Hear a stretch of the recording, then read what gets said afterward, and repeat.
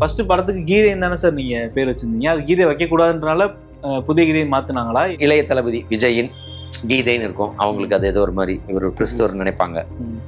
அவரு ஒரு நாளும் அப்படி எனக்கு காமிச்சது இல்லை. இல்லை சார், ஏற்கனவே அப்பா அந்த கதை கேட்டாரு. அப்பா வேணான்னு சொல்லிட்டாரு. இல்லை, அப்பா வேண்டான்னு சொல்ற கதையில் நடிக்க மாட்டேன் சார் அப்படின்னு. சரி, அப்பதான் கதை சொல்லி முடிச்சோன்னா சிரிச்சாரு. பட் நல்லா கதை சொல்றீங்க அப்படின்னாரு. ஜெகன் எப்போ போய் விஜய் கிட்ட கதை சொன்னீங்க? நேற்று சார். அப்படியா, இந்த ஆல்ரெடி என்கிட்ட ஒரு கதை சொன்னீங்களா? அந்த கதை இல்லை அப்படின்னாரு. இல்லை, அந்த கதை தான் சார் சொன்னாங்க. இன்னும் முதல் டிமாண்டு அது, அந்த சீன் இருக்கக்கூடாது. அப்புறம் படத்தில் அவர் சாவக்கூடாது. இந்த நார்மல் ஹேர் ஸ்டைல இருந்து கொஞ்சம் வித்தியாசமா வசீகரா படத்துலையும் புதிய கீதை படத்துலையும் எனக்கு அந்த ஹேர் ஸ்டைல் பிடிக்கல. ரெண்டு விஜயா பிரிஞ்சு ஆடுவாங்க. ஒன்னு ஃபோக்கு, ஒன்னு வெஸ்டர்ன். டூயல் ரோல் வச்சு பார்ப்போம். அதுவும் பயங்கரமா ஒர்க் ஆகுதான்னு பாக்குறதுக்கு வச்சதுதான். ஏன்னா டூயல் ரோல் பண்றதுக்கு முன்னாடி இது ஒரு சின்ன டூயல் ரோல். அதுதான் அண்ணாமலை தம்பி அப்படின்ற டேகையும் இல்ல. அதுவும் நான் ரஜினி சாருக்கு அடுத்தது அப்படின்னு நமக்கு ஒண்ணு பிடிக்கும்ல. நமக்கு ரொம்ப பிடிச்சோன்னா அப்புறம் அப்படி நம்பர் 2 அப்படின்னு ஒரு ஆசை. நம்பர் 2 இவர் தான் அப்படின்னு நமக்கு சொல்லணும்னு ஒரு ஆசை. Yuvan Shankar Raja sir first work பண்ண விஜய் சார் படம் இதுதான். அதுக்கு முன்னாடி அவங்க ஒர்க் பண்ணது இல்லை. ஆனால் அதுக்கப்புறமும் அவங்க ரொம்ப வருஷமா ஒர்க் பண்ணல. என்ன நடந்தது? ஆக்சுவலா என்னன்னா, இந்த படத்துல ரொம்ப வெகுளியான ஒரு கேரக்டர். அதான் அது நான் கொஞ்சம் தப்பு பண்ணிட்டேன். என்னன்னா, அது நான் என்னோட மிஸ்டேக். அவங்களுக்கு ஃபர்ஸ்ட் அந்த ஸ்பெக்ஸ் சோடா பட்டியை போட்டுருக்கூடாது. தலை வாழு எல்லாத்தையும் கூட்டு வா, நான் இங்கே இருக்கேன் அப்படின்னு. அந்த சமயத்துல தலை அப்படின்னா அவன் எந்த நடிகர் அப்படின்றது எல்லாருக்குமே தெரியும். அது தப்பு தான், ரொம்ப தப்பு. அழகா டூப் வச்சு லாங் ஷாட்ல எடுத்துக்கிட்டு ஒரு க்ளோஸ் அப் பண்ணிருக்கணும். நான் வெறும் ஆர்வ கோளரா அப்ப அவரையே பண்ண சொல்றோம். சரி, இந்த பைத்தியக்காரன் கேட்கறான்னு பண்ணிட்டாரு போல. நான் இப்போ அதை பாக்குறப்ப எனக்கு ரொம்ப தப்பா தெரியுது. அவரை ரொம்ப கஷ்டப்பட்டாரு. இப்போ தி தளபதினு சொல்றாங்க. ஆனா நீங்க அப்பயே தி சாரதி அப்படின்னு வச்சிருந்தீங்க. இந்த மைல்கல்ல போய் மோதுவாரு. அந்த மைல்கல்ல ஸ்ரீ வைகுண்டம் கல்லுல கூட ஒரு குருவிடியா பாவம். அதெல்லாம் இப்ப பார்த்தா கொஞ்சம் கிளிஷேவா தான் இருக்குது. ரொம்ப பாட்டப்பட்டே இருப்பாரு. என்னை எப்படியா காப்பாத்துங்க, நான் என்னோட உயிர் போயிடக்கூடாதுன்னு சொல்லுவாங்க. அப்போ டாக்டர் அந்த ஜன்னலை க்ளோஸ் பண்ணுங்க, என் உயிர் போயிடக்கூடாதுன்னு. அது என்ன லாஜிக் சார்? எதனால அந்த படத்தோட ரிசல்ட் அப்போ எப்படி சார் இருந்தது? அது தோல்வி படம். Periyar Maniammai Institute of Science and Technology, Tanjavur. PIARC ranked number 17 in India by IIRF. Sir வணக்கம் சார். Yes, sir. நல்லா இருக்கேன். Super sir. நம்ம இந்த ரீவெண்ட் எபிசோட்ல புதிய கீதை படத்தை பத்தி தான் ஃபுல்லா பேச போறோம் சார். சந்தோஷம். ஸோ படத்தோட பேர் புதிய கீதை, எவ்ரிதிங் இஸ் பாசிபிள் அப்படின்னு போடுவீங்க. ஸோ அந்த டேக் எதுக்காக சார்? உங்களால முடியாது எதுவுமே இல்லை அப்படின்ற மாதிரி ஒரு நம்பிக்கைக்காக போட்டது. ஏன்னா படமுமே அவரோட கேரக்டராமே ஒரு சூப்பர் நேச்சுரல் கேரக்டரா ஒன்று இருக்கும். எல்லாத்தையுமே பண்ணக்கூடிய ஆளா இருப்பாரு. ஸோ அவரால் முடியும், எவ்ரிதிங் இஸ் பாசிபிள் அப்படின்றதுக்காக நீங்க போட்டிருப்பீங்க. எவ்ரிதிங் இஸ் பாசிபிள் அப்போதைக்கு அது ஓகே. இப்போ பாருங்க, அது பயங்கர ஒத்து போயிடுச்சு. தளபதி எவ்ரிதிங் இஸ் பாசிபிள்னா எவ்ரிதிங் பாசிபிள்னு ப்ரூவ் பண்ற இடம் நேரம். அது ஃபர்ஸ்ட் படத்துக்கு கீதைன்னு தானே சார் நீங்க பேர் வச்சிருந்தீங்க. அது கீதை வைக்கக்கூடாதுன்றனால புதிய கீதையை மாத்தினாங்களா? என்ன பூஜையில அந்த படத்தோட ஆக்சுவலா அது ஒரு ஒரிஜினல் டைட்டில் நான் கொண்டு போய் ரொம்ப ஆசைப்பட்டது. அந்த டைட்டில் சாரதி. கேரக்டர் பேரே வச்சிடலாம். கேரக்டர் எனக்கு சாரதிங்க சவுண்டு பிடிக்கும். சாரதின்னு அந்த டைலாக்லாம் இருக்கிறதுனால பிடிக்கும். சில காரணங்களால அவங்க கூட இருக்கிற கொஞ்சம் பேர் அந்த கேரக்டர் சாரதி, வெறும் சாரதி அப்படிங்கிறது ரொம்ப ஆக்ஷன் மூட்ல இருக்கு அப்படின்னு வெல்விஷர்ஸா கொஞ்சம் பேர் அட்வைஸ் பண்ணதுனால. யாரோட வெல்விஷர் சார்? என்னோட வெல்விஷர்ஸ் அப்படி சொன்னதுனால அப்புறம் விஸ்வாஸ் சுந்தரண்ணா, அவர் தான் ப்ரொடியூசர். ஸோ அவர் தான் அந்த டைட்டில் சொன்னார், கீதை. ஃபர்ஸ்ட் கீதைன்னு தான் சொன்னார். அவர் தான் கீதைங்கிற டைட்டில் ஆப்ஷனாக சொன்னவர் அவர் தான். ஸோ கீதைன்னு எனக்கு கொஞ்சம் கமர்ஷியலாக பிடிக்கும். பட் கீதை அப்படின்னா இல்லைடா, இது அந்த கேரக்டர் ஏதோ சம்திங் ரெகுலராக வேற இது வரைக்கும் சொல்லாத ஒரு விஷயத்த ட்ரை பண்ணுறான், நம்மளே வைக்கலாம், யாரா வைக்கிறது அப்படின்னாரு. ஓகே, அவர் கொஞ்சம் பயங்கர ஆன்மீகவாதி. அப்புறம் சரி ஓகே, கீதை சாரதி கீதை அப்படின்னு ரெண்டுக்கும் ஒத்து போச்சு. அதனால வச்சு டிசைன்லாம் பண்ணி ரிலீஸ்க்கு ஒரு 5 அப்போல்லாம் இப்போ மாதிரி அப்போ டேட் அனௌன்ஸ் பண்ணிடுவோம்ல முன்னாடி. விஜய் சார் படம்லாம் ஒரு படம் இன்னைக்கு பூசணிக்கு உடைக்கிறாங்கன்னா மறுநாள் ஷூட்டிங் இருக்கும். ஓகே, பேக் டு பேக் அடுத்த மறுநாளே ஷூட்டிங் இருக்கும். அதிகபட்சம் போனால் ட்ராவல் இருந்துச்சுன்னா 24 hours கேப், மறுநாள் ஷூட்டிங் போயிடுவார். அப்படி எங்கள் படம் முடிச்சோன்னா திருமலைக்கு போகணும். அந்த மாதிரி ஒரு சூழ்நிலை. ஸோ அந்த மாதிரி அதனால் எக்ஸாக்டாக டேட்டு தெரியும், இந்த டேட்டில் பூசணிக்காய் உடைக்கிறோம், இந்த டேட்டில் ரிலீஸ்னே ஃபிக்ஸ் பண்ணுறோம்ல. அந்த மாதிரி ஒரு 5 நாளைக்கு முன்னாடி தான் இது வந்து கீதைங்கிறது வந்து அது இதை வந்து நம்ம இதை அது ஒரு புனித நூல், அது புனித நூலை நம்ம ஒரு சினிமா டைட்டிலுக்கு வைக்கிறதா அப்படின்னு சில இந்து அமைப்புகள் வந்து அதுக்கு கண்டனம் தெரிவிச்சாங்க. கீதைங்கிறது வந்து ஒரு புனித நூல், அதை போய் நீங்கள் எப்படி ஒரு சினிமா டைட்டிலுக்கு வைக்கலாம். நான் பயங்கர சாமியார், அப்பயே நான் நிறைய மாலை போட்டிருப்பேன் அதிக நாட்கள். இன்னொன்று படத்தில் வந்து கீதாச்சாரம் மாதிரி நிறைய நல்ல விஷயத்த சொல்லியிருக்கோம். பட் அவங்களுக்கு படத்தெல்லாம் போட்டு கட்டி விளக்குறதுக்கு டைம் இல்லை. ஓகே ஓகே, சரி உங்கள் பிரச்சனை என்ன, கீதை ஓகே வேணாம் அதான பிரச்சனை, ஓகே புதிய கீதை, அதுவும் சொல்யூஷன் வந்து இவரே தான் சொன்னார், சுந்தரண்ணனே. விட்றா கீதை புதிய கீதை, புதிய கீதை. அப்புறம் இன்னொன்று இளைய தளபதி விஜயின் கீதைன்னு இருக்கும், அவங்களுக்கு அது ஏதோ ஒரு மாதிரி இவர் கிறிஸ்தவர் நினைப்பாங்க. பட் அவரு ஒரு நாளும் அப்படி என்னை காமிச்சதில்லை. நான் ஒரு நாளும் அவரை கிறிஸ்தவராக என்னைக்கு பார்த்ததும் கிடையாது, அவர் இப்படி பழகினதும் கிடையாது. சண்டே மட்டும் ஷூட்டிங் வைக்கக்கூடாது, ஏன்னா அவர் சர்ச்சுக்கு போவார், அது மட்டும் தான் மேட்ரு. மற்றபடி வேற எதுவுமே அவர் கிறிஸ்தவராக காட்டிட்டது இல்லை. இவங்களுக்கு அப்படி ஒரு பார்வை இருந்துச்சுக்கு. ஓகே, அவரும் அதை ஜெனிவனா இப்போ என்னங்க அவ்வளோதானே ஏதோ ஒன்று பண்ணிக்கங்க அப்படின்னாரு. அப்புறம் சுந்தரண்ணனே புதிய கீதைன்னு வச்சாரு, புதிய கீதையாக வந்துச்சு. அப்போ இந்த சாரதி கீதை புதிய கீதை. ஸோ கதை கேட்டு விஜய் சார் என்ன சார் சொன்னார்? ஏன்னா இந்த கேரக்டர் வந்து பயங்கர யூனிக்காக இருந்தது, ரொம்ப ஸ்மார்ட்டான ஒரு கேரக்டராக இருக்கும். எல்லாத்தையும் நான் வச்சிருப்பாரு.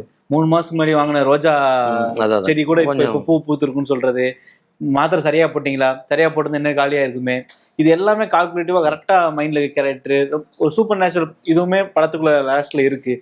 கேரக்டர் கேட்டுட்டு என்ன சார் சொன்னார்? சார் அவர் உடனே ரியாக்ட் பண்ண மாட்டார் எதையுமே. அவர் நான் ஒரு 3 வருஷம் அவர் இந்த கதை சம்மந்தமாக, இது இல்லாமல் இன்னொரு கதை சம்மந்தமாக ஒரு 2-3 வருஷம் அவரை ஃபாலோ பண்ணியிருக்கேன். சந்தித்து கதை சம்மந்தமாகலாம் பேசுகிறப்பெல்லாம் எப்பவுமே சடனாக உடனே அவர்கிட்ட இருந்து சரி நான் கூப்பிட்றேன்னுவார், அவ்வளோதான். நான் கூப்பிட்றேன்னுவார். அது மேபி மறுநாள் காலையிலையாக இருக்கலாம், மறுநாள் மத்தியானமோ ஈவினிங்கோ, ஒரு 24 ஹவர்ஸ்க்குள்ளே ரிப்ளை வரும், அவ்வளோதான். நான் அப்படி தான் பார்த்துருக்கேன் அவரை. அந்த மாதிரி ரியாக்ஷனுங்கிறது 24 ஹவர்ஸ்க்கு அப்புறம் தான் வரும். ஓகே. ஆனால் அது வந்து அவர் கேட்குறப்ப நம்ம ஸ்மெல் பண்ணிடலாம்.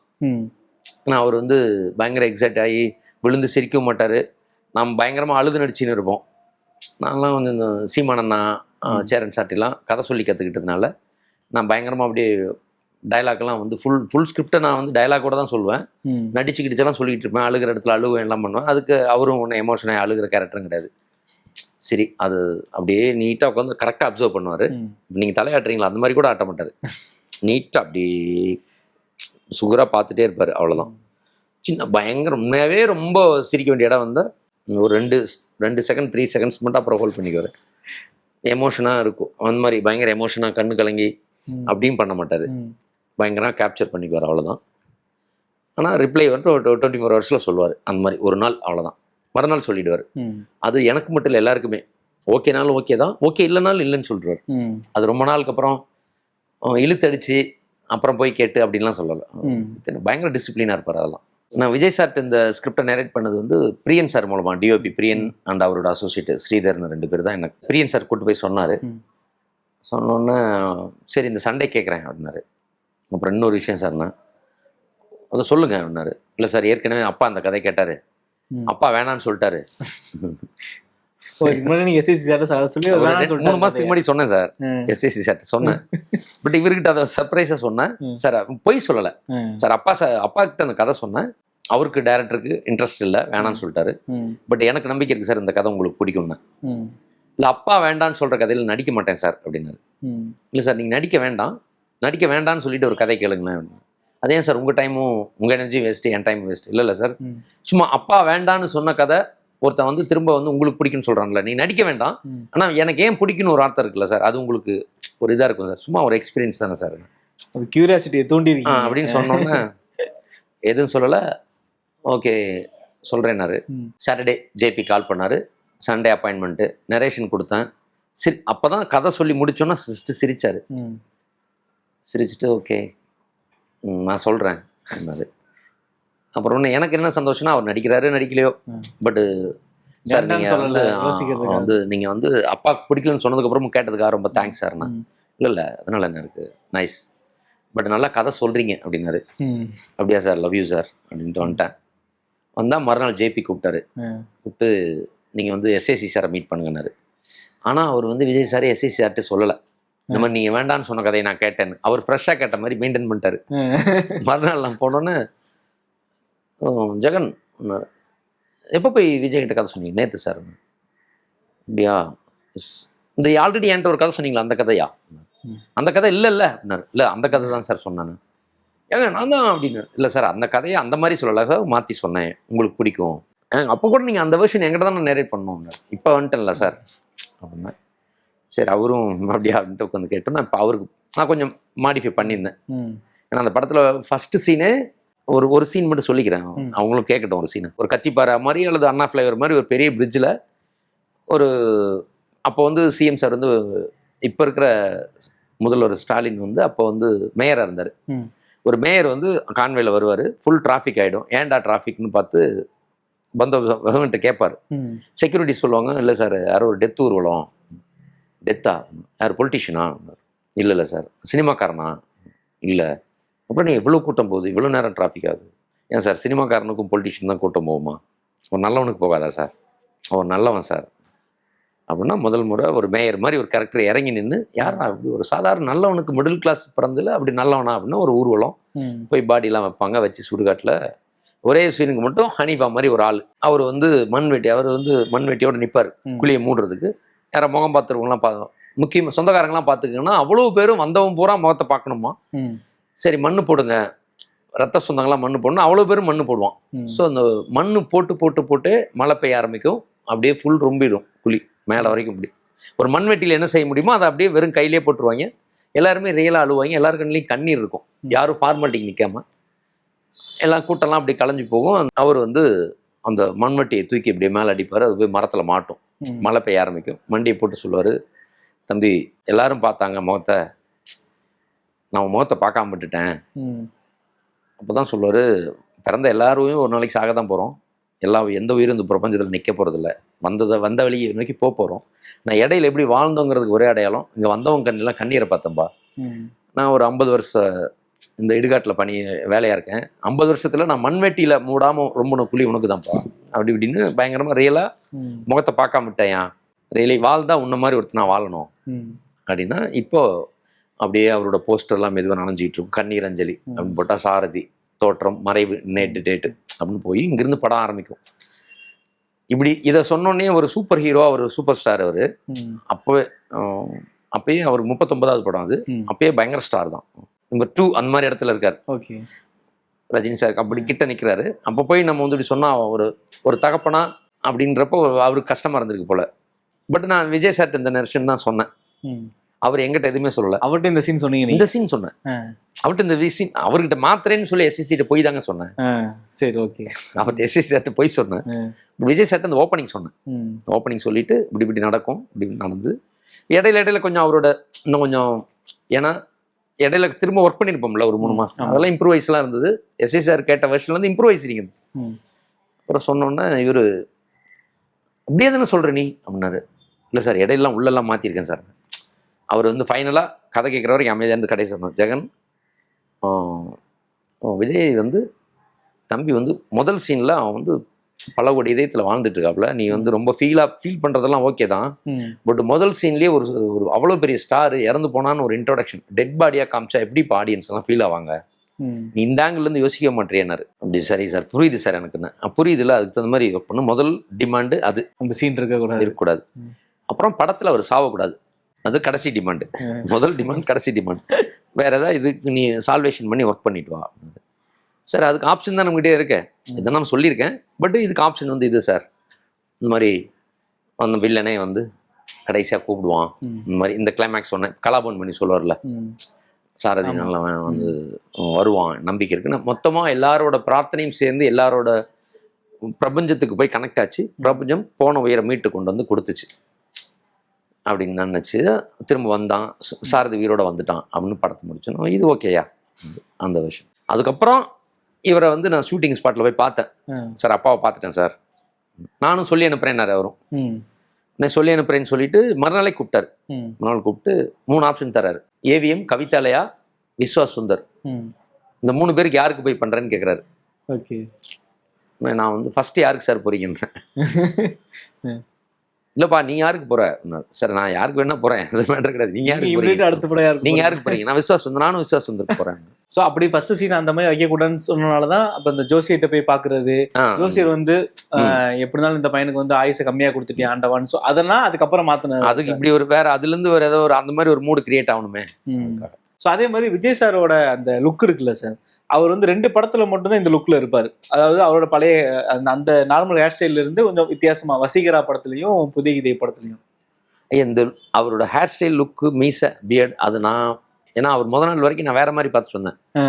வேற ஏதோ ஒரு ஷூட்டிங்கு, செல்வபாரதி என்ன படமோ ஏதோ ஒரு படம், அந்த மாதிரி ஒரு படம் தான் அவரோட டேரக்ஷன். அந்த முதல் நாள் போறேன், அவர் வேற ஒரு லுக்ல இருந்தாரு. நாளைக்கு பூஜை சார், இந்த இடம் சார் நம்ம முப்பத்தம்மன் கோயில்ல சார் அப்படின்னு. ஓகேண்ணே ஆல் ஓகேவா, ஆல் செட்டா, ஆல் ஓகே சார், ஹாப்பியா, ஓகேண்ணே நல்லா பண்ணுங்க, all the best, love you அப்படின்னு சொல்லிட்டு வந்துட்டேன் நான். திடீர்னு மறுநாள் காலைல வந்து அவரு அப்பதான் அந்த ஹேர் ஸ்டைலே நான் பாக்குறேன். எனக்கு அந்த ஹேர் ஸ்டைல் பிடிக்கல. இப்ப இருக்காருல்ல, அது எனக்கு பிடிக்கல அந்த படத்துல இருக்கு. எனக்கு அதுக்கு முன்னாடி ரொம்ப அழகா இருப்பாருல்ல, இது ஏதோ யங்கா இருந்தாரு, ஆனா அந்த சாமிக்கு மிஸ் ஆன மாதிரி இருந்தது. ஆனா முடியை வெட்டிட்டாரு அவர் வந்து. இது அப்ப சோழா ஹோட்டல்ல யாரோ ஒரு ஹேர் ஸ்டைலிஸ்ட் இருந்தார், அங்கதான் அப்ப போயிட்டு இருந்தாரு. அங்க போய் வெட்டிட்டு வந்துட்டாரு. சரி பார்த்தேன், மீசையும் அப்படியே மொத்தமா வந்து சாப்பிட்டு நினைச்சேன் இது எல்லாமே கடவுளோட தீர்மானம். சாரதிங்கிறவன் யாரு மாதிரி இல்லாம புதுசா இருக்கணும்னு அவன் தீர்மானிக்கிறான்.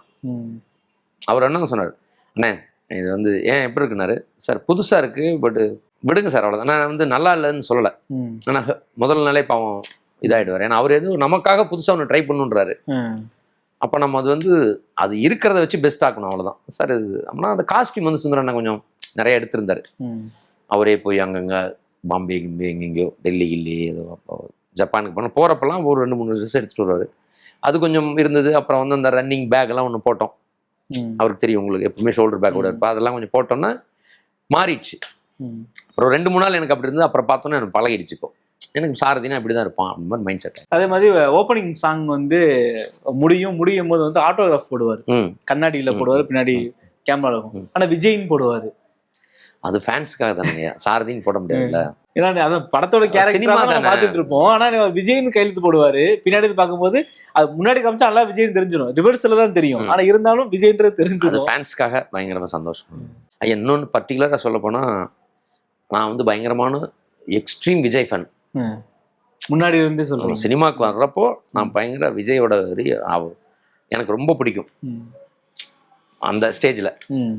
அப்போ வந்து எனக்கு வந்து இது ஆடியன்ஸ், அவங்க ஃபேன்ஸ் யாரும் கேட்க தேவையில்லை, எனக்கே ரொம்ப பிடிக்கும் அவரை. வந்து தலைவர் அப்படி காட்டணும், தலைவான்னு நான் சொல்ல மாட்டேன், சார்ன்னு சொல்லுவேன். பட் எனக்கு அவரை வந்து ஏதாவது கொஞ்சம் பூஸ்ட் பண்ண எனக்கு ரொம்ப பிடிக்கும். அதே மாதிரி அண்ணாமலை தம்பி இங்கு பாட்டுல வந்து 2 விஜயா பிரிஞ்சு ஆடுவாங்க. ஒன்னு வந்து ஃபோக்கு, ஒன்னு வந்து வெஸ்டர்ன் அப்படின்னு. அந்த ஐடியா யாரோடது சார்? அதனால நீங்க எனக்கு என்னன்னா, அவருக்கு நார்மலாவே சூப்பர் டான்ஸர் விஜய் சார், எக்ஸலண்டா ப்ரூவ் பண்ணிட்டாரு முன்னாடி இருந்த எல்லாத்துலயும். பட் அதுக்கு மேல ஏதாவது அவருக்கு காம்படிஷன் யாருன்னா அவரா தான் இருக்கணும் அப்படின்னு வச்சு டூயல் ரோல் ஒன்று வச்சு பார்ப்போம். அதுவும் பயங்கரமா ஒர்க் ஆகுதான்னு பாக்குறதுக்கு வச்சது. ஏன்னா டூயல் ரோல் பண்றதுக்கு முன்னாடி இது ஒரு சின்ன டூயல் ரோல் அதுதான். ஆமா, இதுதான் ஃபர்ஸ்டா வந்து அது பண்ணோம்னா அது வந்து அது யுவன் சாரும் நல்லா ஹெல்ப் பண்ணி கொடுத்தாரு. நல்லா வேரியேஷன் இருக்கும் இதுக்கும். மாஸ்டரும் பிச் டாப்ல லாரன்ஸ் செட்டுமே வந்து 2க்குமே வேற வேற செட். ஒன்னாதான் இருக்கும் 2மே.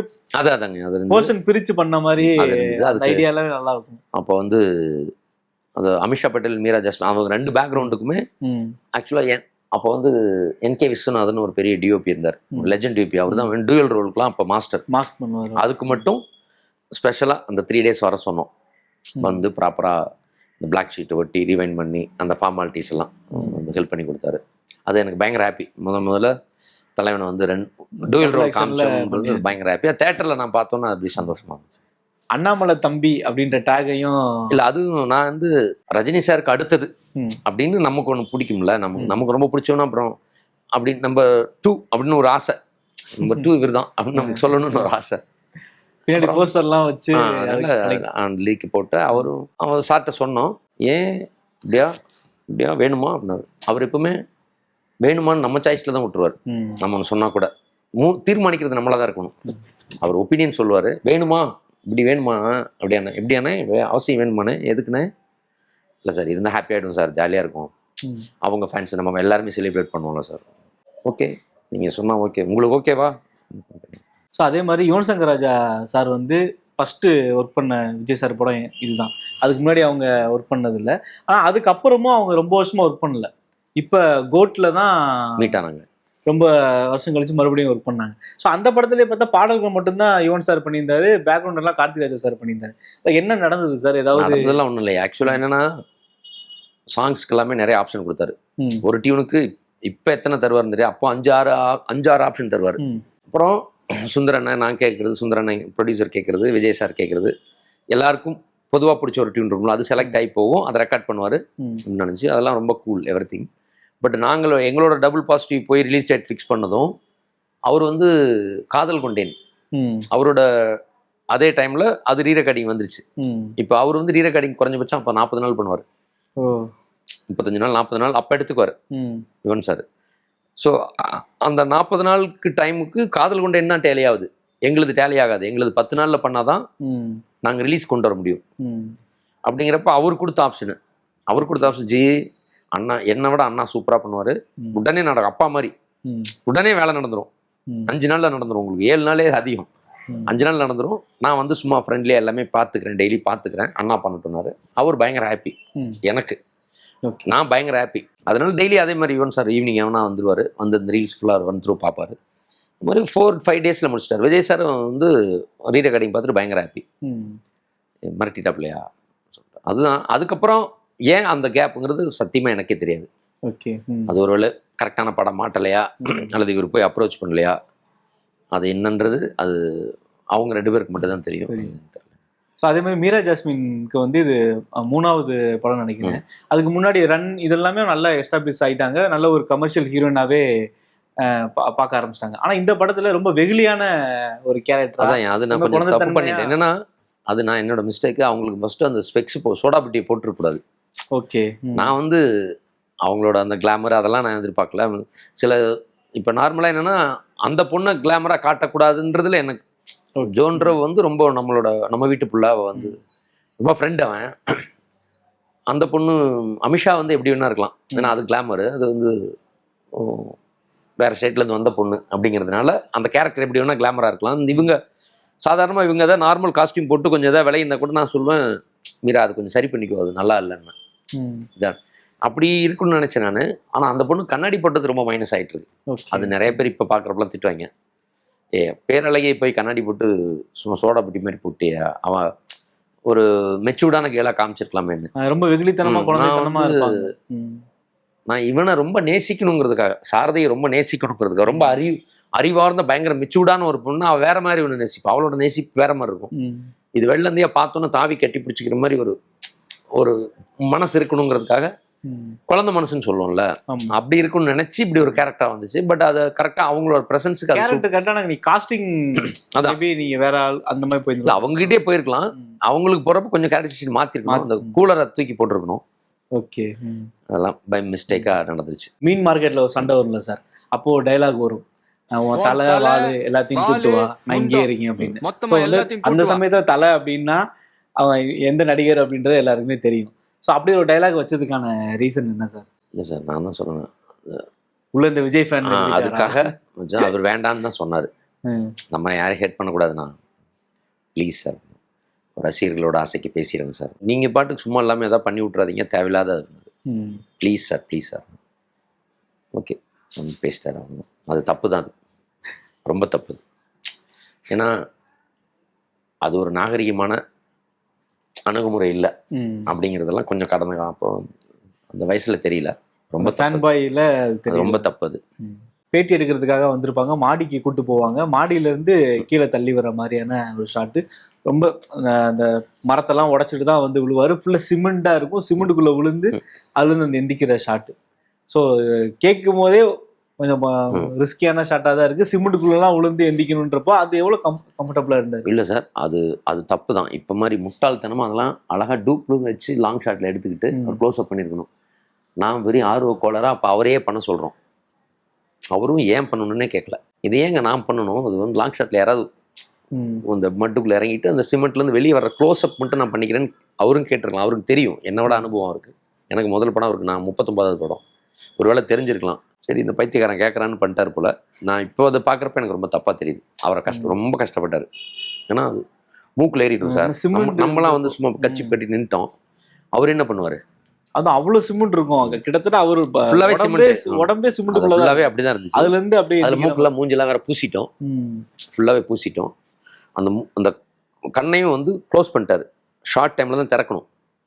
அதனால கண்ணை மூடிக்கிட்டு தான் எல்லா பொசிஷன் கூட்டு போய் நிறுத்துறது, பேசுறதெல்லாம் கண்ணை மூடிட்டே கேட்டு ஆக்ஷன்ல திறக்கணும் சார்னா அப்படி பக் அப்படின்னு திறப்பாரா? அப்ப அது அவரே அறியாம அந்த எமைக்குள்ள ஏதோ ஒன்று போய் தான் இருந்திருக்கும். ஆமா, அதெல்லாம் ஒரு டெடிகேஷன் தான். அது கொஞ்சம் அவ்வளோலாம் கஷ்டப்படுத்திட கூடாது. அது சினிமா, அது தெரியல, நம்ம கோளாறில் செஞ்சது. ஸோ அதே மாதிரி தி சாரதி அப்படின்னு பேசுற அந்த டயலாக் சார், இப்போ வந்து தி தளபதினு சொல்றாங்க. ஆனா நீங்க அப்பயே வந்து தி சாரதி அப்படின்னு வச்சிருந்தீங்க. ஸோ அப்போ அதை எப்படி எழுதுனீங்கன்றது அதை சொல்லுங்க. இப்போ தி தளபதி அப்படின்ற ஒரு பாட்டு வாரிசுல வரும்போது உங்களுக்கு அது கனெக்ட் ஆச்சா? நம்மளோட இது வசனத்தோட அந்த டோன் அந்த அதுல இருந்து இன்ஸ்பயர் ஆனாங்கன்னு எனக்கு தோணல. பட் அந்த மாதிரி சவுண்டிங்க அது தீ நல்ல உங்களுக்கு சாரதி தீ கேட்டா உங்களுக்கு தீ சாரதி அப்படின்னு அதான் ரைமிங்காக போட்டதான். சும்மா அந்த ஒரு இதுன்னு சொல்லுறது மக்களை சந்தோஷப்படுத்துறதுக்காக போட்டது. பட் இது இந்த லிரிக் எனக்கு பிடிச்சது, இப்ப இருக்கிற லிரிக்கு. பட் அதுல இருந்து இன்ஸ்பயர் ஆனாங்களான்னு இன்ஸ்பயர் ஆனது இல்ல, நமக்கு அதே அதே நம்ம டயலாக்ல வைக்கிறது சாங்ல வருது. சோ அது வரும்போது உங்களுக்கு அது கண்டிப்பா தோணிருக்கு. நம்மளும் தீ சாரதின்னு வச்சோம், உங்க தீ தளபதி அப்படின்னு வர்றது ஒரு தோணி இருக்குல்ல. அதுக்காக சந்தோஷமா இருந்துச்சு கேட்டேன். ஸோ கிளைமேக்ஸ்ல வந்து அவர் அந்த சைட் ஸ்டாண்ட் எடுக்காம போய் ஆக்சிடென்ட் ஆகி ஒரு அந்த மைல்கல்ல போய் மோதுவாரு. அந்த மைல்கல்ல வந்து ஸ்ரீ வைகுண்டம், அது நீங்க வச்ச கல்லு தானே சார்? அது வச்ச கல் தான் சார். நான் அப்படி நினைச்சுக்கிறேன். ஸ்ரீ வைகுண்டம்னா சொர்க்கம், கல்லுல கூட ஒரு குருவிடியா பாவம். அதெல்லாம் இப்ப பார்த்தா கொஞ்சம் கிளிஷேவா தான் இருக்குது. ஸோ அதே மாதிரி ஆக்சிடென்ட் ஆகி அவரை ஆஸ்பத்திரி கூட்டு வருவாங்க. அப்போ வந்து ரொம்ப பாட்டப்பட்டே இருப்பாரு, என்னை எப்படியா காப்பாத்துங்க, என்னோட உயிர் போயிடக்கூடாதுன்னு சொல்லுவாங்க. அப்போ வந்து டாக்டர் ஜன்னலை க்ளோஸ் பண்ணுங்க, என் உயிர் போயிடக்கூடாதுன்னு. அது என்ன லாஜிக் சார்? எதனால அந்த நம்ம நினைச்சிட்டு இருக்கேன், நான் நினைச்சிட்டு இருந்தது, எனக்கு யாரும் சொல்லல. அதை காத்துலதான் நம்ம உயிர் இருக்குதுன்னு நினைச்சிட்டு இருக்கேன் நான். மூச்சு காத்துன்னு ஒண்ணு சொல்றோம்ல, படிச்சு சயின்ஸ் ஆராயெல்லாம் இல்ல, சும்மா பொதுவா சொல்றேன். மூச்சு காத்து அது நின்றுச்சுன்னா உயிர் போச்சுன்றோம். சரி, அந்த உயிரை வந்து இந்த வழியா போயிடுமே, அது சும்மா ஒருத்தனுக்கு வந்து தன்னை எப்படியெல்லாம் ப்ரொடெக்ட் பண்ணி, அதாவது பாதுகாக்க முடியாது உயிரை, ஆனா அவனுக்கு அந்த வாழணுங்கிற ஆசை எவ்வளவு தூரம் இருக்கு, கனவு அது அவனுக்கு. எனக்கு அந்த படத்திலேயே ரொம்ப பிடிச்ச சீனு, எவ்வளோ எல்லாத்தை விட எனக்கு ரொம்ப அந்த சுடுகாட்டில் கலா பண்ணிட்டு பேசுவான்ல ஒருத்தன். ஆமா, வாழ்க்கையில் வந்து எனக்கு இந்த உலகத்தில் வாழணுன்ற ரொம்ப ஆசையா, என்ன மாதிரி அம்மா தங்கச்சி நல்ல நண்பர்கள், அதிகாலையில் தியானம் பண்ணுறது, ஹாப்பி நியூ இயர் பண்ணுறது, நல்ல விரும்பின பொண்ணு, நான் அந்த வாழ்கிற இந்த பூமியே சொர்க்கமாக தான் நினைக்கிறேன், எனக்கு இந்த உலகம் ரொம்ப பிடிச்சிருக்கு அப்படின்னு ஒருத்தர் நேசிச்சான் பார்த்தீங்களா. அவனுக்கு அந்த உலகம் வந்து இல்லைன்னு சொல்லி ஒரு சென்ட் ஆஃப் கொடுக்க போகிறப்ப அவனால் தாங்கிக்க முடியாது இல்லை அதை. ஸோ ஃபைனலாக ஒரு கேள்வி சார், படத்தோட ரிசல்ட் அப்போ எப்படி சார் இருந்தது அந்த சமயத்தில்? அந்த சமயத்துலாம் இல்லையா, அன்னைக்கே தெரியும் எனக்கு. அதாவது படம் பார்த்துட்டு ப்ரீவியூவாக பார்த்துட்டு கொஞ்சம் முக்கியமான அவரோட ஃபேன்ஸ் கிளப்லேருந்து முக்கியமான 2-3 தலை ஒருத்தெல்லாம் வந்து அப்படி ப்ரீவியூ தெரியும் காலையிலே விழுகிறாரு, தலைவனை இது வரைக்கும் இப்படி யாரும் காமிச்சதில்லை அப்படின்னு. ஓகே, ரொம்ப நம்பிக்கையாக இருந்தேன். அப்புறம் சாரும் படம் பார்த்துட்டு கால் பண்ணி அண்ணே அப்படின்னு பயங்கர ஹாப்பியாக பேசினார். ஹாப்பியாக பேசிட்டு நாங்கள் வீட்டில் பேசுகிறாங்கன்னாரு. அவங்க சிஸ்டர் பேசுனாங்க.